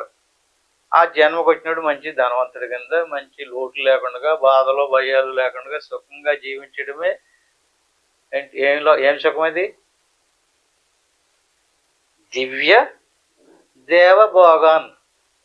ఏ భోగాలు అనిపిస్తున్నాడండి? దేవభోగాన్ అంటే అలా దేవభోగాలు అనిపించే వాళ్ళందరూ కూడా ముందు జన్మలో పుణ్యం చేసుకుని వచ్చినటువంటి వాళ్ళే. స్వర్గం వచ్చింది, స్వర్గంలో స్వర్గ సుఖాలు అనిపించారు. ఇంకా మిగిలితే మళ్ళీ ఇక్కడికి వచ్చి ఇక్కడ కూడా సుఖాలు అనిపిస్తారు. అదేమి నష్టం లేదు. యజ్ఞాలు యాగాలు పూజలు నోములు వ్రతాలు చేసుకున్నారనుకోండి, మంచిదే. మోక్షం ఇవ్వలేదు తప్ప స్వర్గం ఎత్తది, రేపు మంచి జన్మ వస్తుంది, రేపు మంచి సుఖాలు కూడా పొందుతాడు. ఈ రకంగా వేదాధ్యాయనాపరులు యజ్ఞ యాగాదులు చేసేటటువంటి వాళ్ళు పూజా పునస్కారాదులు చేసేటటువంటి వాళ్ళు ఈ రకంగా చేతం భుక్త్వా స్వర్గలోకం విశాలం. ఈ రకంగా యజ్ఞాలు చేశారు, యాగాలు చేశారు, పూజలు చేశారు, దానివల్ల పుణ్యం వచ్చింది, దానివల్ల స్వర్గం వచ్చింది, దానివల్ల మంచి పుణ్యం వస్తుంది అంటున్నాం కదండి. ఏమి రాదు? ఈ శ్లోకాలు చదవండి. చేతం భుక్త్వా స్వర్గలోకం విశాలం క్షీణే పుణ్యే మర్త్యలోకం విశంతి. ఈ పెద్ద యజ్ఞయాగాదులు చేసేసాడు, ఇంత అంతా లేదు, ఇంకా బోల్డ్ పుణ్యం వచ్చింది. ఏమొచ్చింది చూడండి, 21 స్వర్గలోకం వచ్చేసింది. స్వర్గలోకం వచ్చేసినప్పుడు స్వర్గలోకంలో విశాలమైనటువంటి ఈ భూలోకం కంటే చాలా పెద్ద లోకం అది. అనేక దివ్యమైనటువంటి భోగాలు అనిపిస్తాడు. అనిపింటే ఏమవుతుంది? క్షీణే పుణ్యే, అది అలా శాశ్వతంగా ఉండదు. ఆశలోకమే పూర్తి చేయండి. క్షీణే పుణ్యం ఏం క్షీణిస్తుంది? స్వర్గలోకమైనోడికి పుణ్యం క్షీణించిపోతుంది. ఇంత కష్టపడి సంపాదించాడు కదండి, ఖర్చు అయిపోతే ఎలాగా? మనం డబ్బు సంపాదించామనుకోండి, కదపకుండా ఉండడం కుదరదు. మరి తినాలి, తాగాలి, ఖర్చు పెట్టుకోవాలి కదా. అలాగే బీరువాలో దాచెత్తే కుదరకుండా ఖర్చు పెడుతుంటే ఏమవుతుంది? ఆ డబ్బు ఏమవుతుంది? క్షీణించిపోతుంది. అట్టి మాదిరిగా స్వర్గంలోకి ఈ డబ్బు పట్టుకెళ్ళడం, ఈ బంగారం పట్టుకెళ్ళడానికే కుదరదు. మరి ఏం పట్టుకెళ్ళాలి? పుణ్యం పట్టుకెళ్ళాలి. పుణ్యం పట్టుకెళ్ళినప్పుడు స్వర్గలోకంలో సుఖాలు అనుభవింపచేస్తారు. అప్పుడు ఆ స్వర్గలోకంలో సుఖాలు అనుభవించేటప్పటికి పుణ్యం తరిగిపోతుంది. క్షీణించడం అంటే పుణ్యం క్షీణించిపోద్ది అనమాట. క్షీణే పుణ్య మధ్యలోకం, మళ్ళీ భూలోకంలోకి వచ్చేస్తాడు. ఇప్పుడు ఇంక సుఖమైంది ఇంకా అంటే ఒక 2 రోజులు సుఖం కోసం పెద్ద బోళ్ళంత అడావుడి చేసి ఊరందరికీ పెద్ద మేలు కొలిపిలాగా ఏదో లోక కళ్యాణార్థం ఏదో చేసేస్తున్నానని చూపించేసి యజ్ఞ యాగాదులు ఏదో చేశారు, పుణ్యం వచ్చింది, స్వర్గం వచ్చింది. ఆ చేయించినోడికి వచ్చింది. మళ్ళీ చేసినోడికి కూడా కాదు, కూలికి చెప్తారు వాళ్ళకి, ఎవరినో పెట్టి చేయిస్తారు. ఈ రకంగా పుణ్యం వచ్చింది. క్షీణే పుణ్యం మధ్యలోకం వచ్చింది, మళ్ళీ భూలోకంలోకి వచ్చింది. ఇలా వెళ్ళడమో రావడమో జరుగుతూనే ఉంటుంది. ఏవం త్రయీ ధర్మం అనుప్రపన్నా, ఇది ధర్మం, ఇది నియమం, ఇది సిస్టమ్. దీన్ని ఎవడో మార్చడం కుదరదు. పుణ్యం చేసినటువంటి వాళ్ళు అందరూ కూడా ఆ రకంగా స్వర్గం వస్తుంది. స్వర్గంలో సుఖాన్ని అనిపించినట్టు పుణ్యం క్షీణించిపోయి మళ్ళీ భూలోకంలో వస్తుంది. మరి పాపాలు చేసినటువంటి వాళ్ళ కోసం ఇంకొక లోకం సృష్టించారు, అది నరకం. అక్కడ కూడా ఆ పాపాన్ని పట్టుకుని నరకానికి వెళ్తే ఆ పాప ఫలాన్ని అనిపించేది అది క్షీణించిపోతుంది. అప్పుడు మళ్ళీ నరకంలోంచి మళ్ళీ ఆళ్ళలో బయటికి వెంటారు. అక్కడ ఈ 2 లోకాలలో ఏ లోకంలోని శాశ్వతంగా ఉంచరు. కానీ ఈ లోకంలో ఉంచుతారా? ఒకసారి సరిగ్గా చూడండి, ఈ లోకంలో ఉంచుతారా? ఈ లోకంలో రావాలంటే ఈ చొక్కా దొడుకుని రావాలి. ఇది డైరెక్ట్గా జీవుడు తీసుకొచ్చి ఈ లోకంలో దేబెట్టి వెళ్తలేదు. ఎలా రావాలి? అది ఆ సిస్టమ్ చూడండి, ఎంత గొప్ప ప్లానింగ్. ఎలా రావాలి? ఆ జీవి అక్కడి నుంచి తోసేస్తారు. పుణ్యం అయిపోయింది లేదా పాపం అయిపోయింది, గెంటేశారు. గెంటేసినటువంటి జీవి ఆకాశంలో నుంచి తిరిగి తిరిగి తిరిగి భూమిని ఆశ్రయించాడట. భూమిని ఆశ్రయించి ఇత్తనాన్ని ఆశ్రయించాడు, మొక్కను ఆశ్రయించాడు. ఆ ఇత్తనం నుంచి, ఆ మొక్క నుంచి ఇత్తనం రూపంలో వచ్చాడు. ఆ ఇత్తనాన్ని మనిషో పశువో తింటే ఆ వాళ్ళ శరీరంలో చుక్కల శోణితాలుగా మారాడు. అది మళ్ళీ మనిషి తింటే మనిషి శరీరంలోనూ, పశువు తింటే పశు శరీరంలోనూ ఆకారం ధరించింది, సొక్క వచ్చింది. ఆ సొక్కదడి భూమి మీదకి వచ్చాడు. ఆ సొక్క పుట్టిన దగ్గర నుంచి అస్థి జాయితే వర్ధతే ఎపరిణమితే అపక్షీయితే వినశ్యతి, మళ్ళీ నశింతది. మళ్ళీ పుణ్యం చేసుకున్నాడా ఈ సొక్కతో స్వర్గం వస్తుంది, పాపం చేసుకున్నాడా నరకం వస్తుంది. పాప పుణ్యాలు అయిపోతే మళ్ళీ గతిర్భర్త ప్రభు సాక్షి. ఆ పరమాత్మను పట్టుకోవటం మానేసేసి దేన్ని నమ్ముకుంటున్నాడు? శరీరమా. ఈ శరీరాదుల నువ్వు ఏవం త్రయీ ధర్మం అనుప్రపన్న, ఇవన్నీ కూడా ఈ ధర్మాలన్నీ కూడా భేదాలతో కూడుకున్నటువంటి ఏ జ్ఞానం అయితే బోధించిందో ఇదే బోధించనే వేదాలు. నీ విచారణ చెయ్యాలి. వేదాలు చదువు. వేదాలు ఏం చెప్తున్నాయి? బాబు నువ్వు పుణ్యం చేసుకుంటే ఇంకో ఇలా స్వర్గం వస్తుందయ్యా, పాపం చేసుకుంటే నరకం వస్తుందయ్యా, ఆ సుఖాలు అనిపిందే తరిగిపోద్దయ్యా, మళ్ళీ కిందకు వచ్చేస్తావయ్యా, ఏం చెప్తున్నాయి శాస్త్రాలు? అంటే ఈ రకమైనటువంటి పుణ్య పాపాలు కాదు, నువ్వు ఈ శరీరం కాదు, పరమాత్మను తెలుసుకో. పరమాత్మను తెలుసుకుంటే మోక్షం వస్తుంది. దీన్ని పట్టుకుంటే దేన్ని పట్టుకోవాలండి? ఇంత బాగా ఇలాగ మమ్మల్ని ఇంత ఇలాగ ఇసుమించే చెప్పేస్తున్నారు. దేన్ని పట్టుకోవాలి? దీన్ని కాదు, మరి దేన్ని పట్టుకోవాలి? ఆ మాట కూడా 22వ శ్లోకంలో తేల్చాడు. ఇప్పుడు దాకా దేని చెప్పాడు? ఈ సొక్కాలు కాదయ్యా బాబు, వీటితో నువ్వు పుణ్యమో పాపమో ఏదో చేస్తున్నావు, పుణ్యం చేసినోడు మీసం తిప్పేస్తుంటాడు. ఏదో కొంత పుణ్యం ఏదన్నా చేసేవాడికి నేను ఎన్ని పుణ్యాలు చేసేసానంటే, దానాలు చేశానంటే, ధర్మాలు చేశానంటే అంటాడు. ఏం చేశాడో చేసిందంతా ఎవరికి ఏమి ఇవ్వటం కుదరదు. మళ్ళీ తిరిగి దాన్ని అనిపించడానికి వాడే తిరిగి వస్తాడు. ఆ పుణ్యకరం పట్టుకుని వస్తుంటాడు.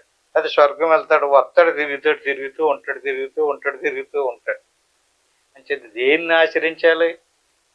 ఈ ఉపాధులను కాదు, ఈ ఆకారాలను కాదు, ఈ ఆకారాల లోపల ఉన్నటువంటి ఏ పరమాత్మ చైతన్యం అయితే ఉందో అటువంటిదైన అనన్యాచింతయంతో మాం ఏ జన పర్యుపాసతే. ఇంతమంది ఉన్నారు కదా, అందరిలోనే ఆయనే ఉన్నాను అంటున్నాడు కదా. ఏ జనం ఇందులో ఎవరో ఒకరి దాంట్లో ఉన్నట్టుగా చూపించండి. అందరిలోనే ఉన్నాడట. పశువు, పక్షి, మనిషి అనేది భేదం లేదు. అన్ని రకాల జీవరాశుల్లోనూ కూడా ఒక్కడే ఉన్నాడు. ఏకత్వేన పృథక్త్వేన ముందే చెప్పాడు. అంటే లోపల ఉన్నటువంటి వాడు ఒక్కడే ఉన్నాడు, బయటికి కనిపించేటటువంటి వాడు ఒకడు కాదు. ఎంతమంది దేవుళ్ళు, ఎంతమంది దేవతలు, ఎంతమంది అండి? బాహ్యంగా ఆకారాలను తీసుకుంటే ఒకళ్ళ మించిన వాళ్ళు ఒకళ్ళు ఉన్నారు కదా. ఎవరి క్రియ ఆడదే, ఎవరి ఫలం ఆడదే. కానీ ఈ ఆకారాలు అన్నిటి లోపల ఉన్నటువంటి వాడు అన్యము అనన్యము. పైకి కనిపించేటటువంటి ఆకారాలన్నీ అన్యము, వేరు వేరు. ఈయన ఆకారం వేరు, ఆయన ఆకారం వేరు, ఈయన బుద్ధి వేరు, ఆయన బుద్ధి వేరు, ఈయన స్వభావం వేరు, ఆయన స్వభావం వేరు. కానీ లోపల ఉన్నటువంటి ఆత్మ, ఆ ఈశ్వరుడు ఉన్నటువంటి పరమాత్మ, దానికి దీనికి భేదం లేదు. అనన్యాచింతయంతో మాం, దాన్ని నిరంతరము ఎవడైతే ధ్యానం చేస్తుంటాడో ఏ జన పర్యుపాసతే, నన్ను ఎలా ఉపాసన చేయాలంటున్నాడు. నా పూజ ఎలా చేయాలి, నా ఉపాసన ఎలా చేయాలి? ఇవాళ ఉపవాసం అండి అంటాడు, అవునా? అంటే ఉపవాసం అంటే తింటం మానేయటమే ఉపవాసం అనుకుంటున్నారు కదా. పాపం, తింటం మానేయటం ఉపవాసం. ఉపవాసము, అంటే దేవుని తెలుసుకుని దేవుని సమీపముగా వాసం అంటే ఉండుట, ఉపవాసము. ఇప్పుడు చెప్పండి, ఉపవాసం అంటే ఏంటి? తినకుండా ఉండడం ఉపవాసం కాదు, దేవుణ్ణి తెలుసుకుని మర్చిపోకుండా పట్టుకుని ఉండడం ఉపవాసం. ఉపవాసం అంటే ఏంటో కూడా మనకు తెలియదు, మనకు ఎవడో చెప్పలేదు.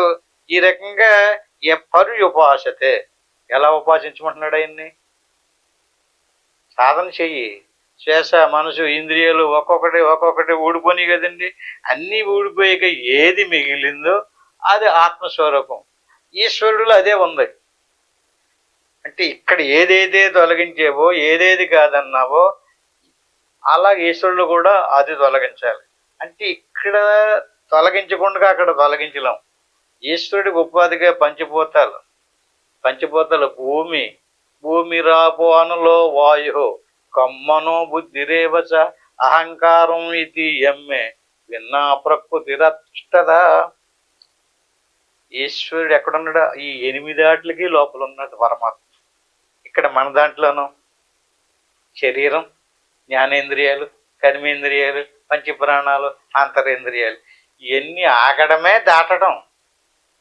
సాధనలో కూర్చున్నప్పుడు ఏ ఆలోచన లేకుండా ఏకాగ్ర మనసా సహా మనసును ఏకాగ్రతగా శ్వాసను గమనిస్తూ ఉంటే అప్పుడేమవుతుంది? అన్నీ ఆగుతున్నాయి. అన్నీ ఆగినప్పుడు మిగిలినటువంటి స్వరూపం ఆత్మ. ఇక్కడ మనలో ఉన్నటువంటి ఆత్మస్వరూపాన్ని ఎవడైతే గుర్తించాడో, తెలుసుకున్నాడో, వాడు మన భూమిని, జలాన్ని తాగేసి, మింగేసి, తోడేసి ఆతల పారిపోయక్కర్లేదు. ఇందులో ఉన్నటువంటి వాడు ఏదైతే చూశాడో అందులో ఉన్నటువంటి దానికి, దీంట్లో ఉన్నటువంటి దానికి భేదం లేదని తెలియటమే అనన్యా చింతయంతోమం. ఓహో, ఇలాంటిదేనా ఆయన దాంట్లో కూడా ఉంది, ఆయన దాంట్లో ఏదో ఉందో అదేనా ఈయన దాంట్లో కూడా ఉంది, ఈయన దాంట్లో ఏది ఉందో ఆయన దాంట్లో అదే ఉంది, ఆయన దాంట్లో ఏది ఉందో ఈయన దాంట్లో అదే ఉంది. ఇప్పుడు ఆయన దాంట్లో ఏది చూడాలి? ఈయన దాంట్లో చూడాలి, ఈయన్ని చూడకూడదు. ఇప్పుడు ఆయన దాంట్లో ఏది చూడాలి? ఆయన చూడకూడదు, ఆయన దాంట్లో ఉన్నదని చూడాలి. ఇప్పుడు మనం ఏం చేస్తున్నాం? ఈయన్ని చూడటం అలవాటు పడిపోయి ఈయన కంటే గొప్పవాడు, ఈయన కంటే ఆయన గొప్పవాడు కనుక ఆయన చూస్తున్నాం. శాస్త్రం ఏం చెప్తుంది? ఆయనలో ఉన్నటువంటిది ఈయనలో ఉన్నటువంటి దాన్ని చూడాలి. మధ్యలో ఏది వదలాలి? ఉపాధి వదలాలి. ఈ ఉపాధికి నామము రూపము ఉంది, పరిణామం ఉంది, రావడము పోవటం ఉంది. అనన్యాసింత ఎంతో మాం, దేన్ని ధ్యానించాలి? ముందు మరి అంత దూరకి వెళ్ళలేం కనుక శ్వాసను పట్టుకో, ఆలోచించు. శ్వాస మనసు ఆగిదాకా వెళ్ళి ఏది చూసావో అప్పుడు గురువు గారు రెండో ఉపదేశం అంటారు దాన్ని. నీలో ఉన్నటువంటి నాకు శ్వాస ఆగిపోయిందండి, మనసు ఆగిపోయిందండి, ఆ తర్వాత ఏం చేయాలంటే, బాబు నాయనా నీ లోపల శ్వాస మనసు ఆగిన తర్వాత ఏ స్వరూపం ఉందో అదే స్వరూపం ఈశ్వరుడిలో ఉందయ్యా. ఆ ఈశ్వరుడు ఉన్నటువంటిది తత్తు, నీలో ఉన్నటువంటిది త్వమ్ము. దానికి దీనికి భేదం లేదు, అసి. దానికి ఏంటంటే కలపండి ఇప్పుడు, తత్వమసి. అంటే మొదటి ఉపదేశం సోహం, రెండో ఉపదేశం తత్వమసి. ఊరికి చెప్పేసామనుకోండి, అనుభవం లేకుండానే నాలో ఉన్నది ఏదో నేను చూడలేదు, ఏం తెలుస్తుంది నాకు? అంచేత మనసు శ్వాస ఆగిన తర్వాతే రెండో ఉపదేశం చెయ్యాలి. మొదటి ఉపదేశం ఆగక్కర్లేదు. ఎవరికైనా సరే కొంచెం తెలుసుకోవాలన్నటువంటి జిజ్ఞాస ఉన్నటువంటి వాడికి మొదటి ఉపదేశం చేయొచ్చు. రెండో ఉపదేశము సాధనలో కొంచెం తన స్వరూపాన్ని చూసుకుని ఉండాలి. సస్వరూపాన్ని, స్వరూపం వేరు సస్వరూపం వేరు. అంటే మనసు శ్వాస ఆగిన తిథి అనుభవానికి రావాలి. అటువంటి వాడికి చెప్పేటటువంటి తత్వమసి రెండో ఉపదేశం. ఆ తర్వాత అలా అంచెలంచిగా అది ఇది ఒకటి, అది ఇది ఒకటి, దీనికి దానికి భేదం లేదని ఆ భావంలో గనక అనన్యా చింతయంతో మాం ఏ జనా పర్యుపాసితే, ఈ రకంగా ఎవడైతే అభ్యాసం చేస్తున్నాడో అటువంటి వాడికి తేషాం నిత్యాభియుక్తానం యోగక్షేమం వాహమ్యం. ఇప్పుడు అతని శరీరాన్ని అతను పోషించుకోక్కర్లేదు, ఆయన చేతిలో పోయింది. ఎందుకంటే ఈయనకి వదిలేసాడు. ఏది?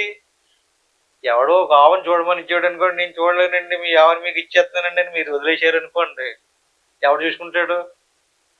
ఆవుగాలు అసామి ఆయనే చూసుకుంటాడు కదా. అట్టి మాదిరికి ఈ శరీర ప్రాణమానుషాదులు ఎవరి సృష్టి? ఈశ్వరుడిది. తేషాం నిత్యాభియుక్తానం, ఈ లోపల ఉన్నటువంటి వాడు ఆ లోపల ఉన్నటువంటి వాడికి భేదం లేదు, అదే ఇది ఇదే అదని తత్వమసి వాక్యార్థం ద్వారా తెలుసుకుని ఎవడైతే నిత్యము ఉపాసన చేస్తున్నాడో తేషాం నిత్యాభియుక్తానం యోగక్షేమం వహామ్యం, ఆయన యోగక్షేమాలను ఆయనే చూస్తాడు. ఎంత ధైర్యమైనటువంటి వాక్యం అండి ఇది. నిన్ను ఒక సంటి పిల్లోడు కింద, సంటి పిల్లోడిని చూడండి, ఆడి పని ఆడు చేసుకోలేడు, మన పని మనం చేసుకునేదాకా వదలరు. ఆడి పని ఆడు చేసుకోలేడు కనుక ఏ గాలిన దోమ అన్న చక్కగా స్నానం చేయించి పాలు పట్టించి భోజనం పెట్టి ఎన్ని రకాల మంచి బట్టలేసి ఇసిరి సదుపాయాలన్నీ చేస్తారా? ఎవరు చేస్తారు? ఎప్పుడు చేస్తారండి వాళ్ళు? పొద్దుటి మాట, మధ్యాహ్నం మాట, సాయంత్రం మాట. ఎప్పుడు చేస్తారు ఆ చంటి పిల్లోడికి? నిత్యాభియుక్తానం. ఎప్పుడు? ఆడు నువ్వు చేయక్కర్లేదు, ఇంకా నేను చేసుకుంటానని ఇదాకా ఆ పిల్లోడు నా తల్లి వదలదు కదా. సేమ్ అలా చేస్తాడు. తేషాము నిత్యాభియుక్తానం. ఆడు దాన్ని వదిలేస్తే అది మరి ఎవరు భరించాలి దాన్ని? దాని యొక్క యోగక్షేమాలు ఎవరు చూసుకోవాలి? నేను చూసుకుంటాను అంటున్నాడు. ఈ మాట అందరికీ చెప్పండి. భగవంతుడి వైపు తిరిగి భగవంతుడిని పట్టుకుంటే భగవంతుడే చూస్తానని ఎంత అభయం ఇస్తున్నాడండి. 22వ శ్లోకం. ఎప్పుడు తేషాము నిత్యాభియుక్తానం యోగక్షేమం వహామ్యహం. ఇంకా నువ్వు చూసుకోవాల్సిందంటే నాకేమీ జరగలేదండి, నేను ఈ మతంలోకి వచ్చానండి, దేవుడిని పట్టుకునండి, నాకేమిటండి, నాకు ఏ కష్టాలు తప్పలేదండి అంటుంటాడు. అంటే ఇంకా మందు పనిచేస్తలేదు, సరిగ్గా వీడు మనసు మారలేదు, పూర్తిగా తెలియలేదు ఇతనికి. ఇతను ఏమనుకుంటున్నాడు? ఏదో ఇలా వచ్చేసాను కదా, వచ్చేయాలనుకుంటున్నాడు. వీడు కోరకూడదు, పూర్తిగా వీడు వదిలేయాలి. ఆడికి ఎవడికి? ఈ సొక్క నాది కదా ఈ బాబు, నీ సొక్క నీకు ఇచ్చేస్తున్నాను, నేను తీసేసుకోమన్నాడంటే అప్పుడు ఏమవుతుంది? ఆయనే భరించాడు. ఈ రకంగా తేషాం నిక్షాభియుక్తానం యోగక్షేమ వాహామ్యం. ఇది వదిలేసి, ఇంత సత్యాన్ని వదిలేసి ఏప్యన్య దేవతా భక్త, విడుకండి ఈ శ్లోకాలు రెండు కూడా. ఏప్యన్య దేవతా భక్త యజంతే శ్రద్ధయాన్విత, దేవుడు కానటువంటి దాన్ని దేవుడని నువ్వు ఎంత శ్రద్ధగా పూజింతే వాళ్ళు నీ యోగక్షేమాలు చూడగలరు. చూడండి 23వ శ్లోకం. తేపి మామేవ కౌంతేయ యజంతి అవధి పూర్వకం. అది వేద సమ్మతమైంది కాదు. నాకు ఇష్టమైంది కూడా కాదు. నీకు ఇష్టం కనుక రకరకాల దేవతలను కల్పించుకుని రకరకాల పూజలు కల్పించుకుని రకరకాలుగా కొట్టుకుపోతుంటే అదేంటారు బాబు అలాగే వెళ్ళిపోతున్నాను ఇవ్వడం నేను చెప్పను. అది నా మతం కాదు, నాకు సంబంధం కాదు. 23వ శ్లోకం కంఠస్థం చేసి చెప్పండి రేపు ఎంత స్పష్టంగా. ఏప్యన్య దేవత భక్త యజంతే శ్రద్ధయాన్విత బలిగా. అందులో ఎంత శ్రద్ధ అండి, ఎంత నిష్ట, ఎంత నియమం ఇందులో ఉండదు. అది ఇందులోని నిజమైనటువంటి దేవుడి దగ్గర ఇంత నియమ నిష్టలు ఉండవు. అక్కడైతే మాత్రం ఇవాళ నేను మాట్లాడనండి, ఇవాళ నేను తిన్నండి, ఎంత నిష్ట. అక్కడ ఏటి ఆ దేవతలు దేవుళ్ళుని తెల్లారి గంటలు 3 గంటలు కానించి మొదలెడతాడు ఏటో పూజ. ఏంటది? వాళ్ళే ఏదో గొప్ప అనుకుంటున్నాం మనం. అంటే మనకి ఈ శ్లోకాలు ఇలాంటి సరైనటువంటి తగలగా చెప్పకపోవటం వల్లే కదా మోక్షం వచ్చేటటువంటి విద్య వదిలేసాడు ఏ వస్తాయని. ఈ శ్లోకాలు ఇంకా బాగా వచ్చే వారం చెప్పుకుందాం. ఇంతతోటి ముగించుకుందాం. మరి ఓం తత్సత్. ఆత్మబంధువులారా, మరి చాలా స్పష్టమైనటువంటి ఈ 9వ అధ్యాయం ఎంత స్పష్టమైనటువంటి విషయాలు చెప్తుందో. ఇది వినేసిపోవటం కాదు, ఆచరణలోకి వచ్చేది, మారిపోవాలి మన మనసు. ఎంత చక్కటి మాట. యోగక్షేమం వహామ్యహం. సరే, ఇంకా వివరంగా చెప్పుకుందాం. ఇప్పుడు చక్కగా ఆయన ఏదైతే చేయమని చెప్పాడో అందులోకి వెళ్దాం. ఎలా ఏం చేయాలి?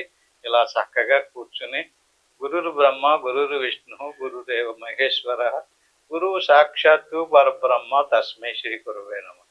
దీన్ని గురుమంత్రం అంటారు. దీన్ని ఒకసారి అనుకోవాలి.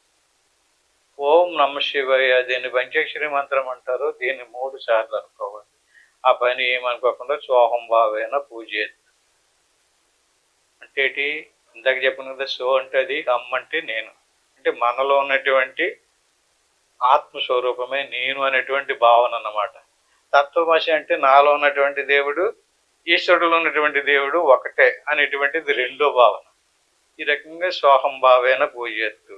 నేను ఇది కాదు అదే నేను అనేటువంటి భావంలో శ్వాసను గమనంతో కూర్చోవడమే సోహం భావ ధ్యానం.